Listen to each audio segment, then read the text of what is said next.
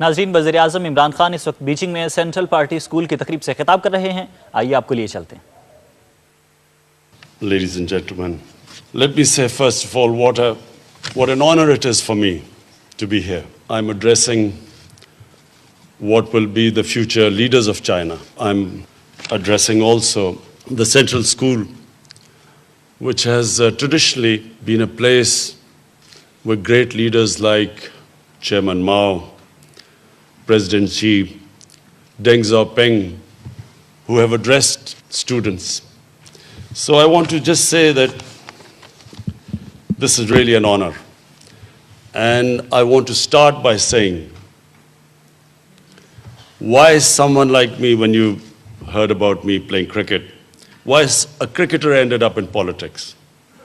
I just want to tell you, first of all, my beginnings in politics, and then I'll come to what is probably the most important thing for us, the relationship with China, the Pakistan-Chinese relationship, which for us, for Pakistanis, is the most important relationship. So before talking about it, I just want to talk about a cricketer who's played 22 years of international cricket. Why did he end up in politics? I was the first generation of Pakistanis who grew up in an independent country. My parents grew up in colonial India. My parents grew up when British ruled India. So I was the first generation of Pakistanis who grew up in an independent country. And we took great pride in our country. And when I was growing up, Pakistan was one of the fastest developing countries in Asia.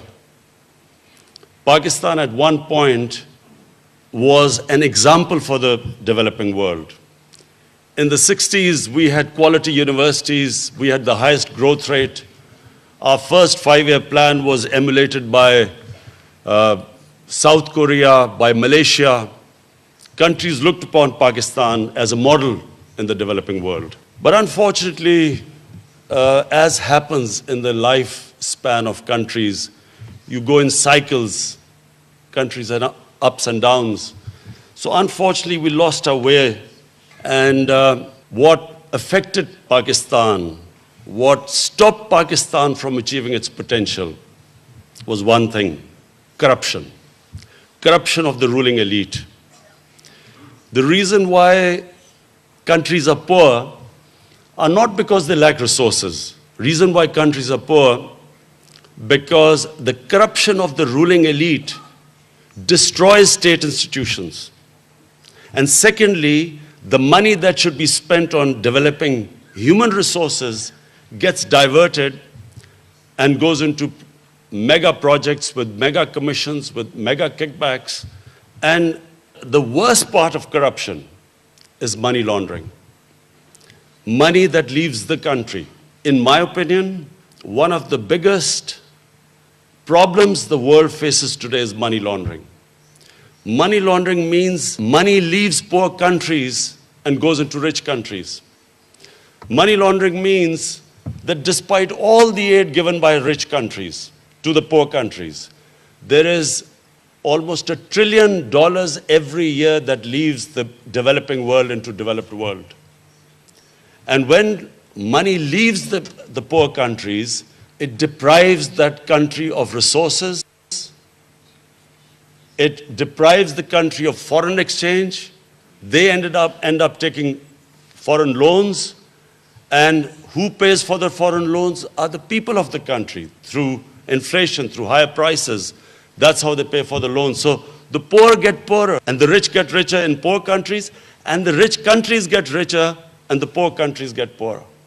So Pakistan, unfortunately, after the mid-80s, started suffering from corruption. And our corruption quantumly grew. In mid-80s, I was playing cricket. I left cricket in 1992.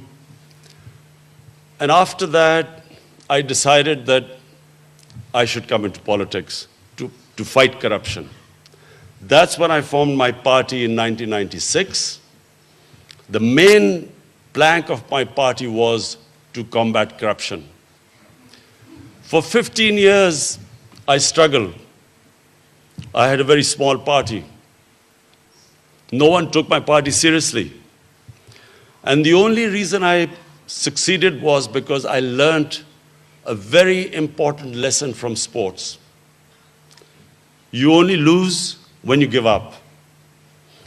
And a champion is a champion who learns from his mistakes, who analyzes his mistakes and corrects them. So these two things made me last for 15 years when my party was very small. And then 7 years ago, suddenly people began to realize what I was talking about, corruption. Until then, no one took corruption as an issue. And then from 2011, exactly 7 years ago when I came to China as the head of my party, from then onwards, my party started growing. And today, it is, I thank the Almighty, it is the biggest party in Pakistan, and we are in government now. Now, ever since we have been in power, which is 2 months, our main concern is to strengthen state institutions. The stronger the state institutions, the less the corruption. And second is poverty alleviation. You cannot have a society where there are only a small number of rich people and a sea of poor people. You cannot have a society with so much inequality and expect that you will progress. Now, this is where we admire China so much. My admiration for China is for one reason mainly.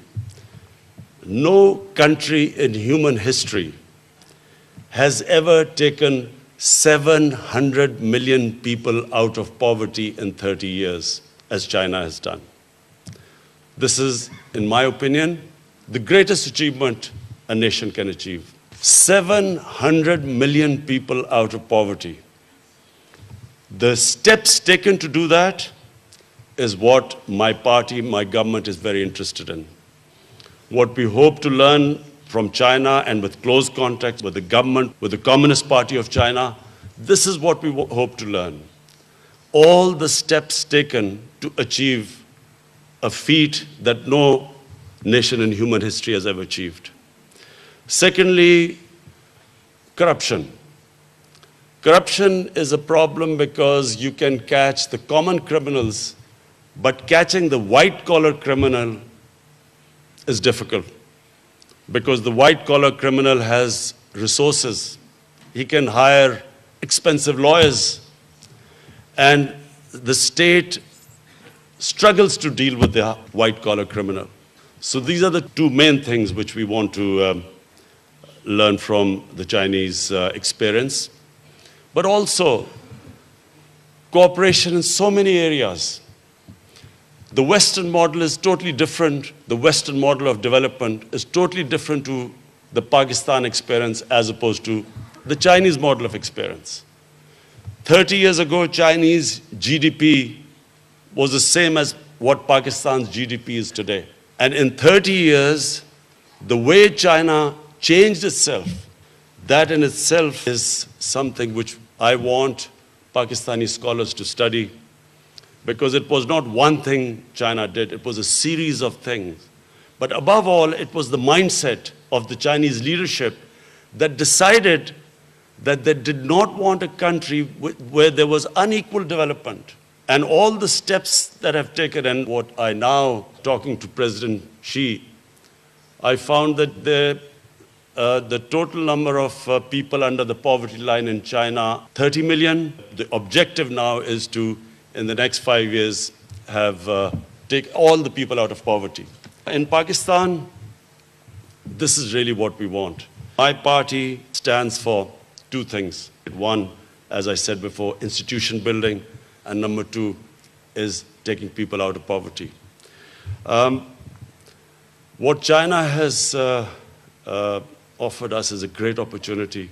CPEC has come to Pakistan as a great blessing. It affords an opportunity, not just the connectivity with China, but the special economic zones afford an opportunity for us to bring in investment. We need investment in Pakistan more than ever because Pakistan, because of mismanagement and corruption, and of course, last 15 years we have suffered because of the war on terror, Pakistan needs investment. We need investment because we have a current account deficit. So we need foreign investment, and China, through CPEC, has given us an opportunity to attract investment. And then all the meetings we have had with China, with the Chinese government, with Premier Li, with President Xi, have given us great encouragement that at this time, with cooperation with Chinese companies, with Chinese government, we will be able to, my government is confident that we'll be able to get out of our present crisis because of these opportunities afforded to us. We also feel that our relationship with China is not specifically in any one area. It's multidimensional. The way Chinese have dealt with the big urban city metropolis, the problems faced by that, we can learn a lot because we also have growing urbanization in big cities, all the problems that come with urbanization, sewage system, waste disposal, the threat to the environment, pollution.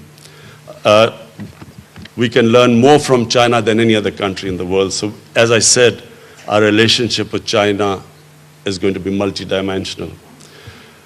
The love for China amongst the people of Pakistan is ever since I can remember. It's not the government to government, but it's a people to people thing with China. People have strong love and affection for China. I was only 8 or 9 years old. My foreign minister, Shah Mahmud Qureshi, we were both in the same school.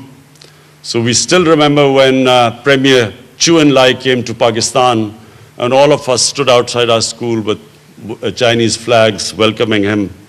Ever since then, always China has had a special place in the hearts of people of Pakistan.